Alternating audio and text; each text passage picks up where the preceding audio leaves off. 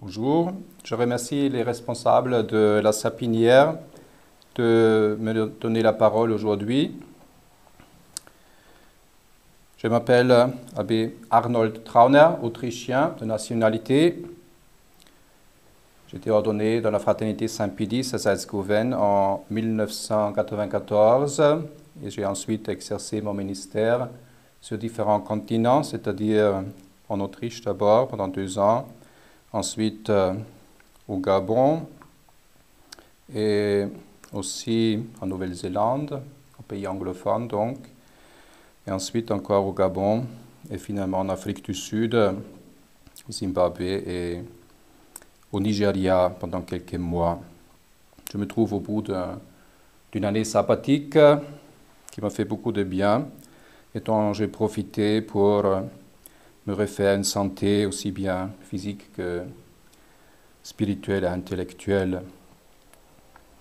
Si aujourd'hui je prends la parole publiquement, c'est pour d'abord vous faire part de mon manifeste que j'ai rédigé il y a quelques jours, à l'anniversaire de mon ordination au sacerdoce, dont je vous lirai des extraits. Maintenant, ce qui fut jadis ma patrie n'est plus qu'un monceau de débris. Depuis plus d'une décennie, la fraternité sacerdotale Saint-Pédis a en partie ouvertement et en partie en cachette travaillé à sa propre perte. Elle a eu honte de ses propres origines, renié son fondateur même et montré à l'ennemi des ouvertures afin qu'il investisse le bastion. C'est l'obligation de tout homme sensé que de regarder les faits en face. Ce qui éclate maintenant aux yeux de tous n'a pas échappé au regard d'un certain nombre de confrères solides et ne peut plus être passé sous silence, car celui qui se tait semble consentir. Mais cela n'est pas permis au prêtre qui a reçu lors de son ordination l'injonction de prêcher et de diriger les fidèles pour leur bien. Celui qui est au-dessus des fidèles par l'appel divin et l'ordination ne peut songer à se faire petit, à baisser la tête et à attendre tandis que les coups ennemis ruinent les âmes des fidèles. Ce serait un péché que de vouloir attendre davantage. On ne peut s'attendre à une amélioration de la situation sous la direction actuelle de la fraternité sacerdotale Saint-Pédis. Leurs déclarations sont trop nombreuses et trop claires, même ces tout derniers temps. Que l'on ne réponde pas que le supérieur général n'a rien signé, que tout est comme avant. Sa proposition de déclaration doctrinale du 15 avril 2012 contient l'abandon ou pour le moins une diminution essentielle des objections faites par Monseigneur Lefebvre contre les doctrines de Vatican II, la nouvelle messe, les nouveaux rites des sacrements et le nouveau droit canon. C'est pourquoi il serait insensé d'attendre d'autres événements ou signes.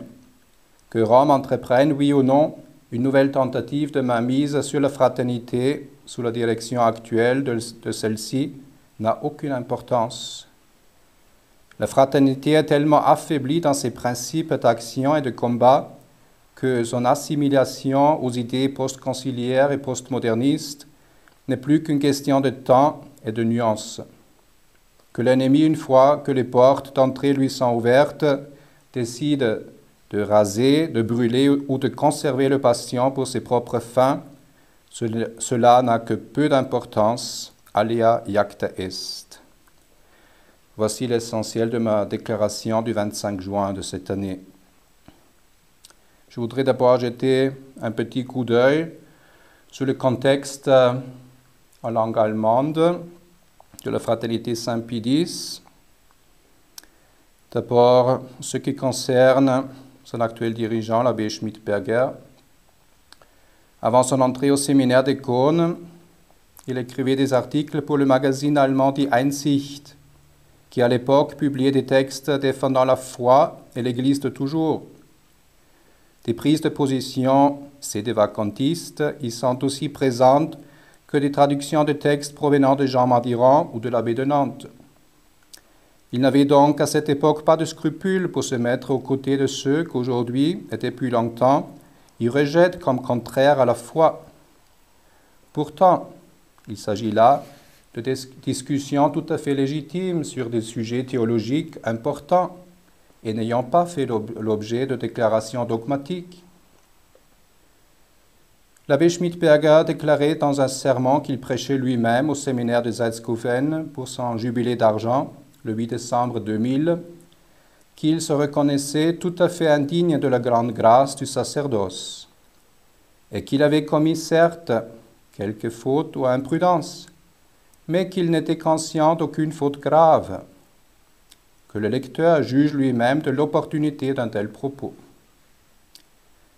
Quoi qu'il en soit, en 2013, le même abbé, ancien supérieur général de la Fraternité, actuel supérieur du district d'Allemagne et futur recteur du séminaire de Salzkofen, n'hésitera pas à diffuser des mensonges et des calomnies contre le Carmel de Brilon et son aumônier l'abbé Bernard Zabi.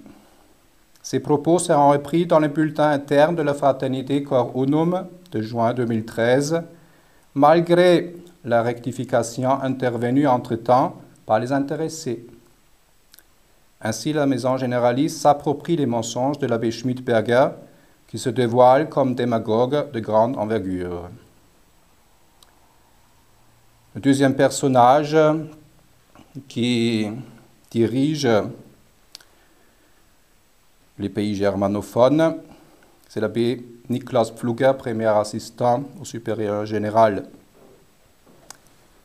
Dans une conférence devant l'Axios Pesunica, à Francfort, le 1er mai 2012, il dit que le motu proprio du 7 juillet 2007 est un pas important vers la tradition pour la soi-disant levée des excommunications du 21 janvier 2009. Il constate que par cela, Monseigneur Lefebvre a été réhabilité, au moins en partie, comme il dit. De tels propos sont pour le moins imprécis. Au pire, ce sont des tromperies et des mensonges vis-à-vis des fidèles. En janvier 2012, il avait dit à Salzkofen, aux prêtres réunis, « S'il n'y avait pas d'accord avec Rome maintenant, 2012, on n'a plus d'arguments qui nous séparent des sédévacantistes. » Bel aveu. L'attitude de Monseigneur Lefebvre, fondateur de la Fraternité sacerdotale Saint-Pie-X, concernant la nouvelle messe, jusqu'en 1974, est bien connue pour ceux qui connaissent ses conférences aux séminaristes. Il est conseillé, il disait, il permettait d'aller à la nouvelle messe, pourvu qu'ils connaissent bien le prêtre, ils étaient sûrs de son intention en célébrant la nouvelle messe. Il n'y avait pas d'hésitation à permettre au moins à ces séminaristes, le cas échouant, de participer à la nouvelle messe dans ces conditions qu'il précisait. Nous savons aussi bien qu'en 1976, alors que la poursuite par Rome de la fraternité de la tradition l'avait pris de plein fouet, il parlait de la nouvelle messe comme une messe patarde. Il avait fait du chemin entre-temps. Il avait compris que c'était un nom décidé qu'il fallait opposer à la nouvelle messe. Jusqu'en 1988, Monseigneur a cherché à traiter avec la Rome moderniste, le cardinal Ratzinger en particulier. En 1988, il avait compris que c'était impossible. Ce dernier fait est aujourd'hui simplement nié. Monseigneur Fellet prétend qu'il n'a fait autre chose que ce qu'avait fait Monseigneur Lefebvre dans son temps. Les faits mentionnés montrent en tout cas qu'à la mort de Monseigneur Lefebvre, des questions étaient restées ouvertes. Ces questions, la fraternité n'a plus voulu y toucher. Elle a préféré fermer les yeux devant la dégradation continuelle de la secte post-conciliaire. Des phrases comme « la fraternité va à Rome pour aider l'Église à retrouver la tradition », comme l'a dit l'abbé Pfluger encore dans sa conférence à l'Axio Spesonica, sont un non-sens théologique si l'on parle d'Église de manière univoque. L'Église, c'est la tradition de la vérité révélée et des moyens de la grâce. Tout le problème de la liturgie doit être posé à nouveau. Vaste sujet d'étude. Il y a seulement eu de la part de la fraternité des réponses très sommaires à ce sujet. Là aussi, on a préféré fermer les yeux. Après la Deuxième Guerre mondiale, les réformes liturgiques se suivent à une cadence inouïe. Le Samedi Saint réformé en 1951, le Bréviaire en 1955, la Semaine Sainte en 1956 sous Pie XII.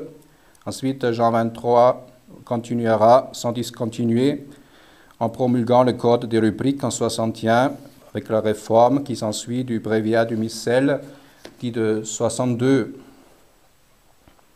Toutes ces réformes symbolisées par la personne du futur Monseigneur Annibale Bugnini, qui œuvrait depuis 1946, ne sont finalement que l'avènement de la réforme liturgique post-conciliaire. On y constate déjà, surtout des coupures, des diminutions dans le missel, dans le bréviaire, et notamment un amoindrissement de la confession de la foi. La récitation du credo est supprimée successivement en étapes pour les messes des docteurs de l'Église. Les fêtes des apôtres sont diminuées. Certaines sont omises. Dans le bréviaire, la récitation du credo disparaît complètement. Monseigneur Lefebvre, quant à lui, a fait le bilan de ses tractations avec Rome, qui avaient duré pratiquement 2 décennies. Il a fini, de toute évidence, de se ranger du côté d'un sédévacantisme pratique, c'est-à-dire il retient son jugement théologique sur la question du pape. Il demande à ceux qui occupent extérieurement les postes hiérarchiques la preuve claire de leur orthodoxie avant que l'on puisse songer à de nouveaux pourparlers. Remarquons en conclusion que certains prêtres, qui sont aujourd'hui supérieurs dans la fraternité sacerdotale Saint-Pie X, n'ont jamais compris le véritable enjeu du combat de Monseigneur Lefebvre. À cause d'une théologie faussée, surtout quant à la doctrine de l'Église sur l'Église, l'ecclésiologie, la fraternité se trouve aujourd'hui au bout d'un sens unique qui en même temps est un cul-de-sac. Mauvaise posture s'il en est une. Elle voudrait donc que Rome, la Rome moderniste, arrive comme un Deus ex machina pour l'enlever de cette mauvaise position, afin qu'à son tour la tradition, entre guillemets, puisse aller à Rome pour lui réapprendre sa propre tradition.